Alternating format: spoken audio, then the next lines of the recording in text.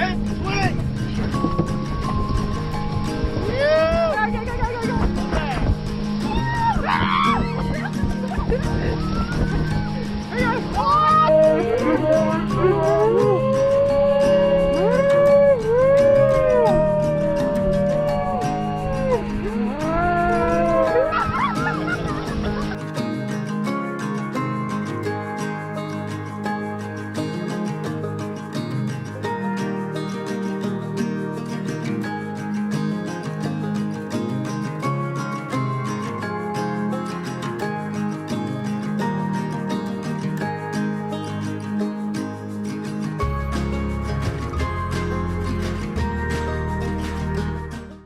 I've been involved with the surf club here and had a wonderful time since 1951.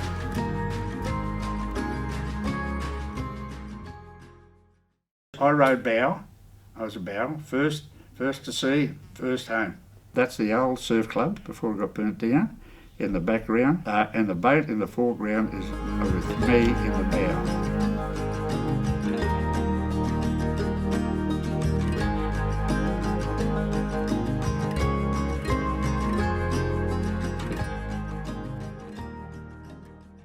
I rode for the club in the late 60s, 70s. The sweep was Bob Stone in those days. And the first year that I came here, every race that we were in, we won every race. Won the branch titles for the first time for the club. Joined this surf club in 1964.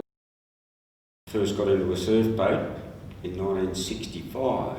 In the first part of it was pretty heavy going. We used to train in the Brisbane River, which in those days was full of debris, dead cows and all that.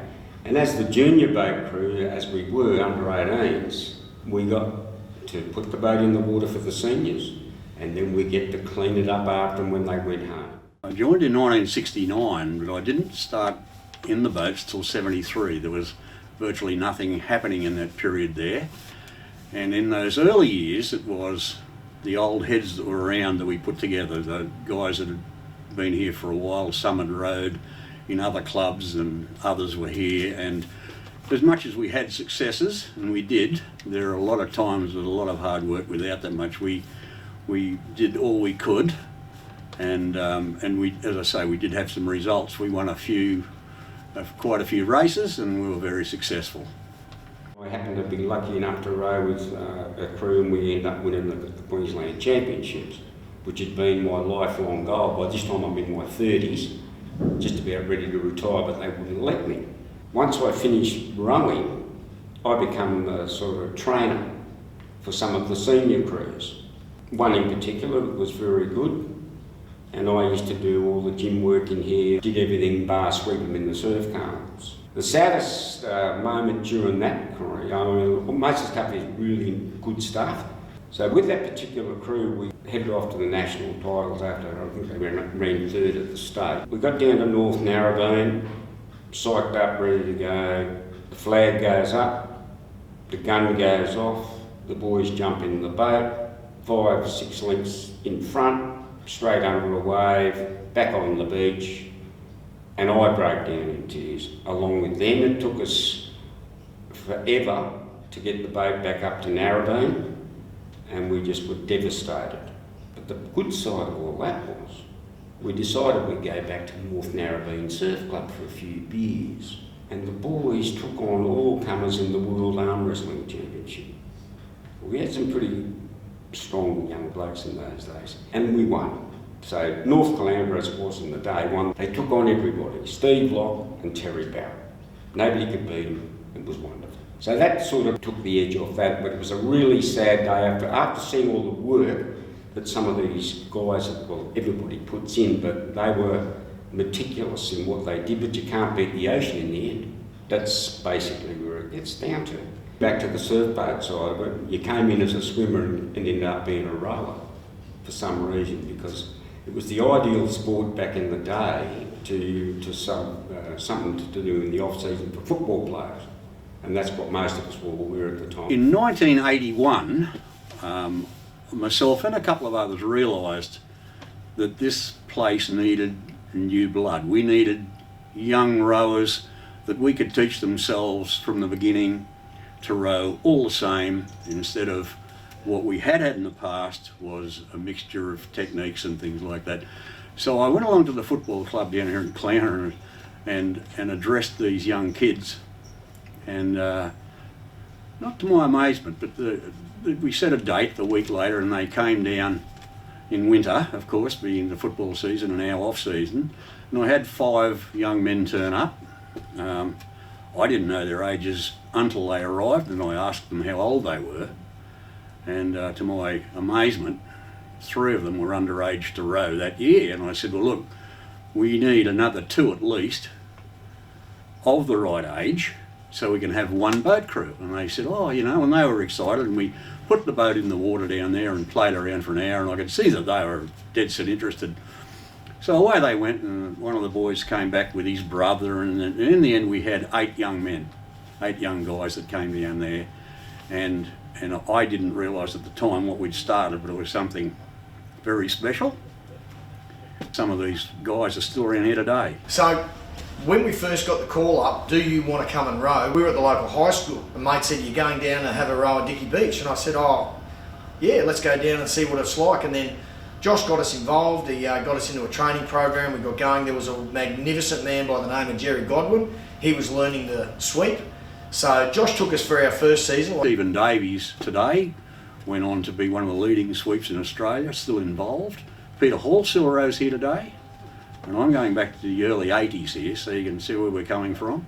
Tony Davis was another one who had a lot of success in boats. He went on to row in Tannum Sands and swept there and won national championships all through this boat shed.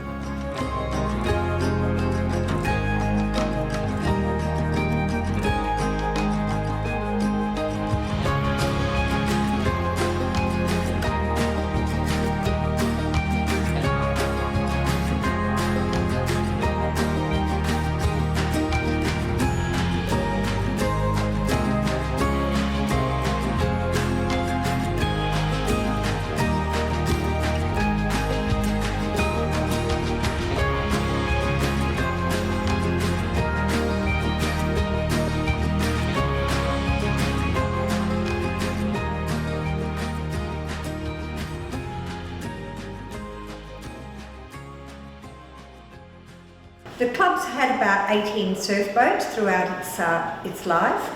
Most of those were named after sponsors who provided funding for those surf boats. They're a very expensive commodity, and they do suffer a fair bit of damage. I joined the surf club in 1981 with Peter Hall and Darren Fissenden with the thought of rowing surf boats when Josh Hopkins introduced us to the sport. Well, when we first started, there was 1 boat at this club. It was a timber boat, and Josh and Sleepy used to sand it back every year, and the boys would get involved. You know, we'd all get a sanding block and you'd have to sand it back and try to clean it up. And you're going to hear probably multiple times from people that had to carry it. It was the heaviest boat on the beach by some, 80 odd kilos from what I remember. So it was the little things like preparing the boat for the season, where everybody come down and you'd all chip in because you knew that there might have been 3 or 4 crews and everybody was going to use it. So you'd all help maintain the boat and get it ready for the next year. You clean the oars. And since then, of course, it's changed where they've got the, as they say, the plastic boats, fiberglass boats. They're much lighter. Don't ride the wave quite as well. The timber boats were a much more beautiful boat. Rowed in the first boat. In those days, it was called a double ender, which the pointy end at both ends of the boat. Ronnie Johnson, he said, I've heard of this new design. It's called a tuck stern boat. We had the shortest surf boat on the north coast, because what had happened, poor old Claude had to eventually chop the back end off the boat and make it a tuck stern, which obviously the wave got behind it and pushed the boat, gave it a bit more thrust instead of rowing. We used to row with wooden oars. We were the first ones to row with hollow wooden oars, much lighter and easier to row with. As it would happen in the final in the second year, and I still remember it vividly, the second crew actually won the final and we were third in the state. But The older crew went on to make the Australian final, which hadn't happened here for a long, long time. And it was then that I realised too that we weren't playing on the same field as New South Wales. Their equipment, we were rowing Boyd surf boats. A local boat builder actually built his first surf boat in this, not this building, but in North Caloundra boat shed. We had a long affiliation with him, but his boats were being surpassed with evolution and the rest of it, and building materials, so it was time to move on. And we're talking now into the late 80s, so we decided we had to change the boats, and we did. We changed over to climber boats, which were fiberglass, and it meant when we go along to race the big southern clubs down south, we're racing in the same equipment. The old Boyd boats were weighing about 275 kilos, against 185 kilo boats. And that was a thing that we did address. From then on we kicked on, and our results throughout the club really improved to the point that we were really starting to lead the way in Queensland. It was always a battle, particularly with Maroochydore. They stayed with the Claude Boyd built boats. We changed, and all of a sudden they were chasing us, and it was a hell of a good feeling, I'll tell you. Surf boats always had trouble with getting rid of water out of the boat. When you hit a wave, you get a lot of water in the boat. The way we used to do it is someone would have to stop rowing and bail it out with a bucket. So one of the life members here, Mick Flynn, suggested that we put a pump in there. He said there's nothing in the rule book to say that you can't have a pump. So we thought, okay, then we'll try that. We didn't want to go to the expense of buying a brand new pump, battery and things like that. One of the guys had an old washing machine motor that we used and an ordinary car battery that we put in. So we went out the back, filled it up with water, turned on the pump, and it worked perfectly. So the next carnival we set it up with a new pump and battery, small battery. Went to the carnival, the officials cracked up about it and said, well, you know, it's not fair that you've got a pump in there, none of the other boats have got it. And Mick come along with the rule book and said, well, show us in the rule book why you can't have a pump. So that was the start. We were the first ones to use a water pump in the surf boats. In the junior boats from those 8 guys, I think we lost 2 or 3 finals in the next 3 years. We won just about everything. It was incredible. Roscoe Burns took the younger crew and I took the older crew. What happened was Jerry Godwin, because we were the second crew, had to sweep. Learning to row with a guy that's learning to sweep was the greatest time ever, because there was no pressure to achieve or succeed. There was just everybody turned up. One of the sayings from my mate Peter Hall was, Jerry Godwin, runner, swimmer, mainly swimmer, because, you know, we couldn't row properly, and he'd fall out, and we'd play gags where we'd keep rowing and he'd have to swim up, and then we'd take off a bit, and so then of course he'd get in. So that's wonderful, fellas, we'll row out to the blinker now. So, you know, you do all those fun things. And then Jerry had to go. He went to Alice Springs to work. So Ross Burns came over. First carnival we ever went in with Ross. We went to Kiwana Waters. First race, didn't get out of the break. Second race, didn't get out of the break. And he said, well, boys, it's just that you're only 15 years old. I'm used to having A-grade men, because the A-grade crew he had at Dicky Beach prior to that was David Sleaford, Kiwi, Terry Barrett, and Binga Boyce, and they're all monsters, big men. So we've jumped in the boat and we can't do much. So anyway, the third race, he said, no matter what, we're getting out. So I think we held the carnival up till midnight, but we finally got out, full of water, came back, and we were pretty pumped. And over the course of the next 4 weeks, he turned us into kids that were just going to carnivals, having fun, to one day he said, you know, you can do this. And I still remember, I said, do what? And he said, you can win state titles. And we went, oh, we don't win, we row and we have some fun. So we went from the afternoon sessions, we did some morning sessions, and he kept calling us men. And I didn't get that. You know, it was the way he spoke to us, and the belief, you're the best bowman in the country, you're the best bow pair in the country. Anyway, we rocked up to the state titles, it was round robin. We probably wouldn't have got through if it was elimination, because one of our oars fell out in a round 3 and we got last place, which means you'd be out. But at the end of the round robin, we snuck through. Anyway, our number 1 crew, and they were the number 1 crew, Josh's crew with Bugsy and TD and Chris and Dale, they were the best crew, and it proved that by making the Australian final that year. They had the club boat, and they were up the bad end of the final. Anyway, we walked over and our sweep said, we're borrowing Met Caloundra's boat. never seen it before, never rode in it. And again, he just said, this is the fastest blade on the beach. And Hawley said, how do you know that? And he said, because you're rowing it. And they're the little things as a bloke you get. So, you'll have to hang on there. Like most clubs, things happen. This club here at the time was not like the club you see today, and not like the environment that you've got here today. It was a different thing altogether. But it was a time of massive growth. The boat crew, the A-grade crew we had at that time, were really successful here. They were winning, championships and winning races around the place. We were in the Uncle Toby's event. We were dreadfully unlucky not to win it in the first year. The Uncle Toby's was the biggest thing that ever happened in surfboat rowing. There's no question in my mind about that. There were 24 selected A-grade crews from across the nation, and your commitment was that you had to travel to each state. So we were away. We were in Western Australia, and we had to take our own boat. You've got to have your own equipment. It's a bit like a golfer turning up and someone says, use this set of clubs. It's not on. Your boats are specifically built for you. They're specifically set up for the crew. Height, weight, distribution, all those sort of things are important. We needed to be in our boat.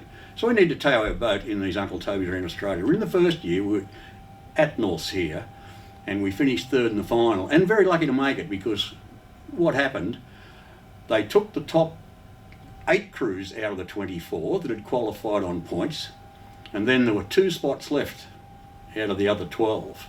And they were fought out on Manly Beach on a Friday afternoon to get the next 2 crews into that 12 to race off for the championship. We got in by winning that on that Friday night. The crews we were racing, the other 8, were sitting watching us bashing ourselves for 3 or 4 rows in an afternoon, and then we front up on the Saturday and the Sunday to compete against them. We finished third in the final, and I kid you not, we should have won it through an equipment failure of all things. And that was our last year here. But I'm getting around now to what happened, and I want people to understand that things were drastically different then. The committee here, and I knew what was happening, there were a lot less funds. I don't know what the situation is today. You look at this and you think it's booming, it's a lot of money. I don't know whether that's a fact either. But in those days, I saw the monthly report. I knew there was no money. But also coming through were a lot of young ski paddlers, board paddlers. The place was growing so much faster than the club could support, and we knew that, but we had our own ambitions. This was in the winter of 93, I think it was, 92, 93. And after our big success, and I knew that to compete at the top level and give ourselves our best chance in our short careers, they're not forever, to win what we wanted. And that was the Australian Open. We wanted that more than anything. We needed to compete at the top level every week. So with that being said, I just thought, oh, it'll sort itself out. And the next minute the phone rang from Metropolitan Clanter down the road. And the conversation was pretty short, actually. The guy rang me up, who I didn't know all that well, but I knew him. And he said, look, we hear there's a bit of a roll, a bit of a rumble over there. You're not happy. Would you like to come and join us and we'll look after you? And I said to him, mate, don't be bloody silly. I've been here 30 years. You've got to be kidding me. I'm not interested. Bang, end of conversation. Went along to training. And the boys said, I told them about it. They knew nothing of it. And I said, told them the story, and I said, hang on, mate, you might be running this show, but it's not just you, it's about us. Don't you think we should sit down and do something about it? So I said, okay, right, and we did. So we sat down, and this took weeks. A lot of things that they wanted and things we wanted. For starters, their equipment was not up to what we wanted. They had to buy new boats. They had to spend thousands. Oars. When we left here in that last year, in this club, we're still rowing with timber oars. We needed carbon fibre. That's the future. We need to run ahead as fast as we can to keep up or get left behind. And this is what happened then. They said, look, if you come over, you've got to do all your other responsibilities. And I know it was difficult in this club, and I knew it then, and I still know it today, that when these guys, and it turned out being, I believe, 14 people, myself and a couple of other crews, a very good junior crew, of which one of the members of that under 21 crew was the son of a life member here. And I thought, well, this will be interesting. But he understood. There was a lot of drama. I'm trying to get to the point here. The club at Mets wanted the same commitment out of us as we were giving here. I took away some patrol captains. When they went over there, they were patrol captains. They did numerous things around the club. The same amount of fundraising here as there was done. And that's the way it went. So, yeah, okay, we committed to it. It wasn't a vindictive. It was certainly never meant to hurt anybody here, although I know it did. And there was hurt on both sides. It was. I look at it now, and even then I thought this is a straight out business deal. If we want to compete at the top, we need everything in our favour. And within a few months of us being there, the sponsorships they promised us, Harvey Norman came on board, and things, they didn't get easier. We still trained our butts off and as hard as we could to get where we wanted to go. It didn't get easier, but it was made possible for us to do all the things we wanted to do. Go around the country. You know, we're in Western Australia. 2 weeks later, down the bottom of Victoria. The only state we didn't go to was Tasmania. And we competed in all those events. I won't go into what, you know, I'm here to talk about this club. So after that period and what we did down there, I'd finish it by saying we were extremely successful. We were one of the leading clubs in the country for a number of seasons. We did make the big finals, you know, and the main goal for all this was to win the national championship. We didn't, but on 3 occasions we went extremely close. These guys just, they always supported you. I don't remember ever hearing a negative word in my time here when I was trying to do something. I got guidance from Emo and Ratso, and of course Josh, he was always there, and Ross as our personal sweep. But it was not just our family, it was the extended family. And we knew that the committee was on our side. They were always trying to do the best to keep us as young people from the community involved. It always gave me great pleasure to read in the paper when they won national championships, which Steve has won as an open crew, and Tony won an under-18 national title at Tannum Sands. So even though they weren't actually in our club at the time, it's just fantastic to know that we were part of all of that. Darren McGoffin and Bugsy, we all went up to Mackay and we won that one. We got to the Aussie titles, heaviest boat on the beach. I still remember they were bagging us because we couldn't put it on the scales.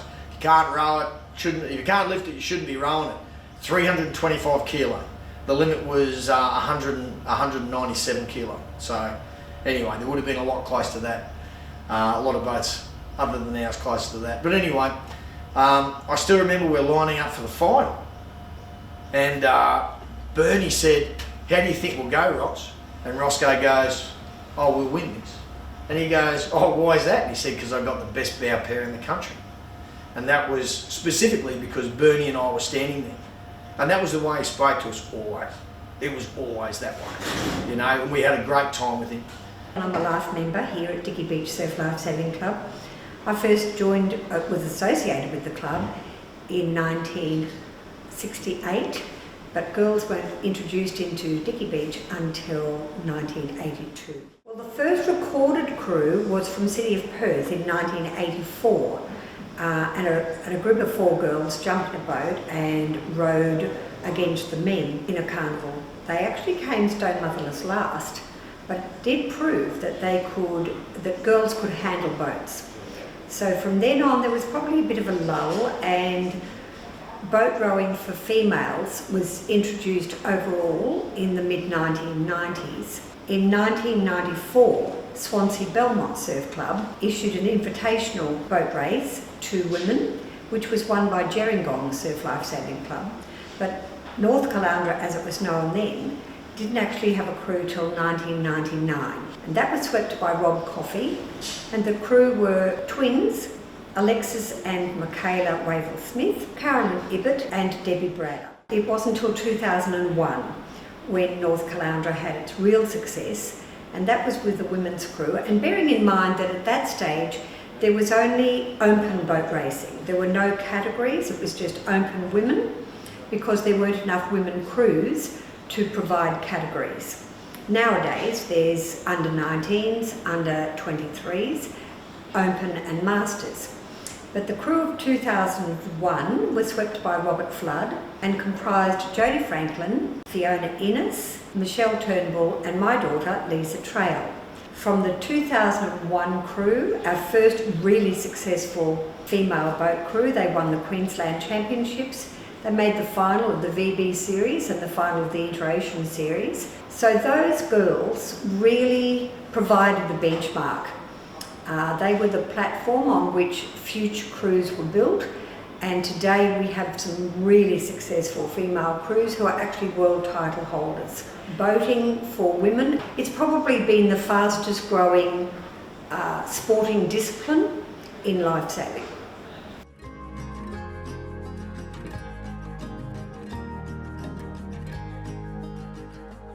I'm the surf boat coach of Dicky Beach Surf Lifesaving Club, and I've been here for 43 years. The 80s, I had a few crews, and then I had my first success in 1989 with an under 21 surf boat crew who won the Queensland title. Going in from that, I then started a few more crews, and I had that crew went into reserve grade, and it was a bit of a social crew until our A grade crew, which we really looked up to, left the club, and it put us in a position, because back then you couldn't have a reserve grade crew unless you had an A grade crew, so those guys had to step up to be the A grade crew of Dicky Beach Surf Club, which put a lot of changes to us, and I had to look at quickly on how I could change my professionalism as a coach, and I went away and did courses and looked at things such as gym and ergos and diet and that type of thing to change the dynamics of how we rode. And to that point of that year where my reserve grade jumped up into A grade, by the end of that season they were quite competitive, to the point that they had a big series back then that went for the whole year, and they had a final at the end of the year, and the winner of that, in today's terms, won a $30,000 surf boat. Believe it or not, we were up against our old A grade crew who were rowing at another club, so it was us against them in the final, and it was a tight race, and we just pipped them and managed to win our first boat for the surf club. So that was a big event.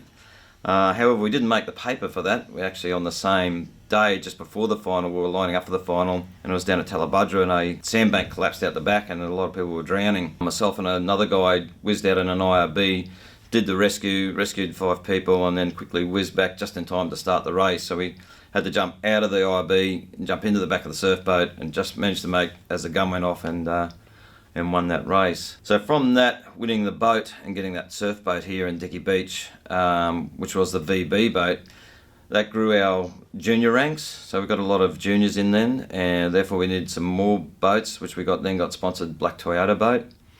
We had a lot of success with our juniors and our under 21s through the 90s, and at the end of the 1990s we got a big sponsor came on board, which was Casa Computers, and they sponsored us 2 new boats. We had a great success with that, but in the 90s the sport really developed, and the organisers of the surf boats competition racing organised these different events, such as having a surf boat up for grabs. And another big one they had was, after the Australian titles, was an international race. And at the international race, first prize was a trip to America to represent Australia, to race the Americans. My A grade all through, I was only on the A grade, and my A grade all through 1990s kept getting in the final but never won it. So they never got the trip to America. Coming to the year 2000, they changed it because there was a very good crew in Victoria who were high up in the hierarchy of organising things, and they changed it to the under 21 boat crew. What they didn't realise, that up in Queensland, Dicky Beach or North Caloundra had a really good under 21 crew as well. And it came down to the weekend after the Aussies, they ran that race, and our guys were just as fast as the crew from Victoria that were dominating. I still remember it was in big seas because there was no rules back then. You raced regardless of what size the surf was. And in the semi-final we smashed the boat, and one of the oars, the Rolex completely bent. So I made that rower hold his oar above his head the entire race, and he just slid up and down the seat, and we rode with 3 guys, made it into the final, and we ended up winning that final on the day, which gave us a trip to America to represent Australia, which was a big thing for our guys.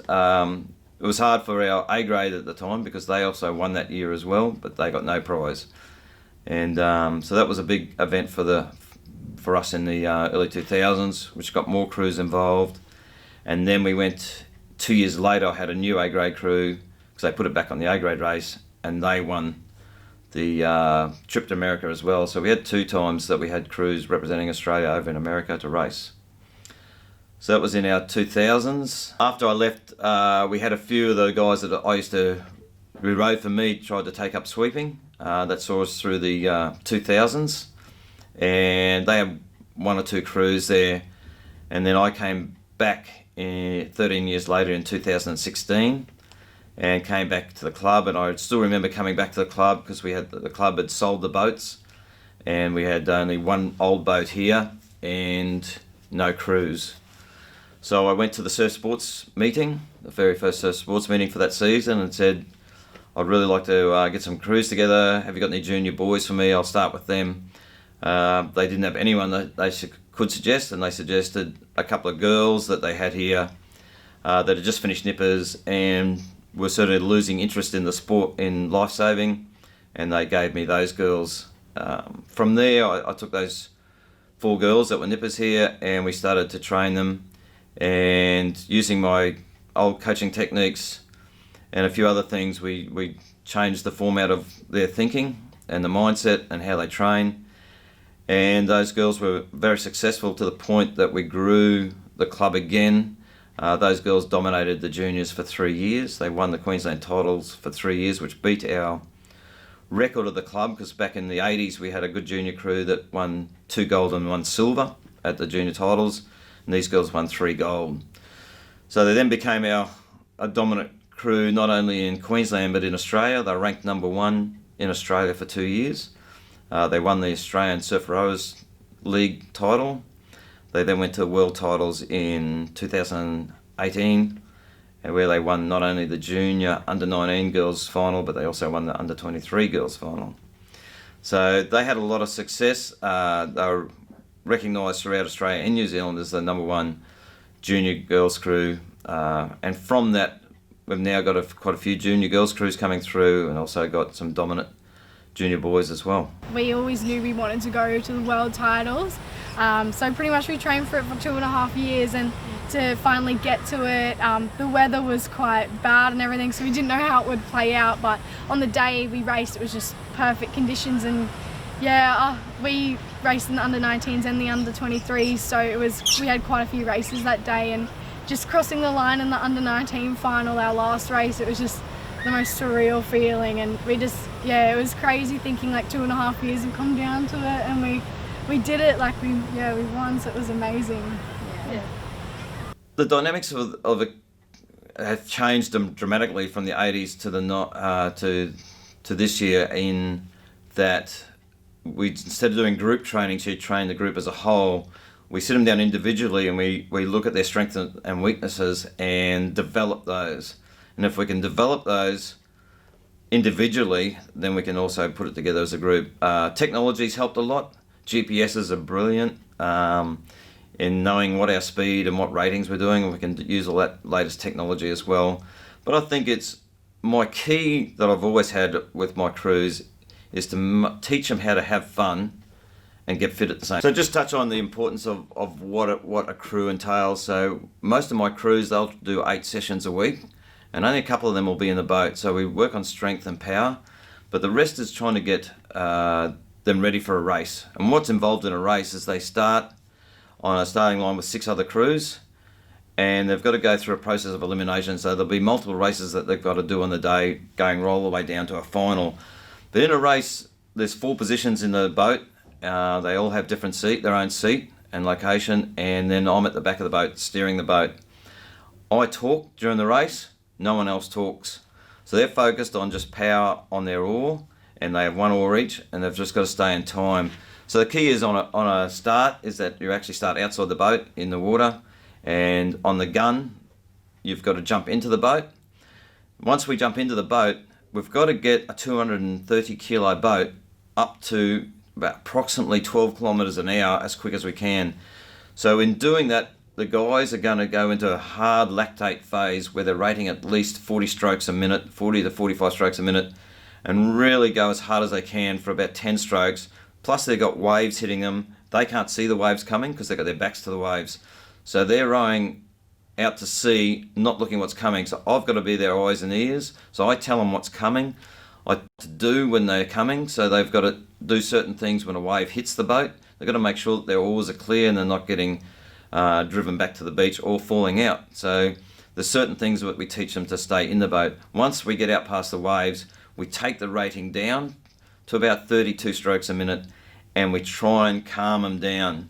So their lungs are hurting, their legs are screaming, they're out of breath, and we've just got to try and settle it down. So we've got to settle the boat down and go to a strong pace. Now about 350 metres out to sea, there's a buoy, and we all have our individual buoys, and we've got to turn that buoy. So coming up to the buoy, I tell them that we're about 10 strokes out, and as we approach the buoy, the person rowing closest to me actually digs their oar into the water, and I grab it at the same time. So the two of us hold that oar and it does not move. The boat spins on that oar while the other two on the other side keep rowing. That spins the boat around, and approximately 2 to 3 strokes is all we want. And then the whole four engage in together and we row back to the beach.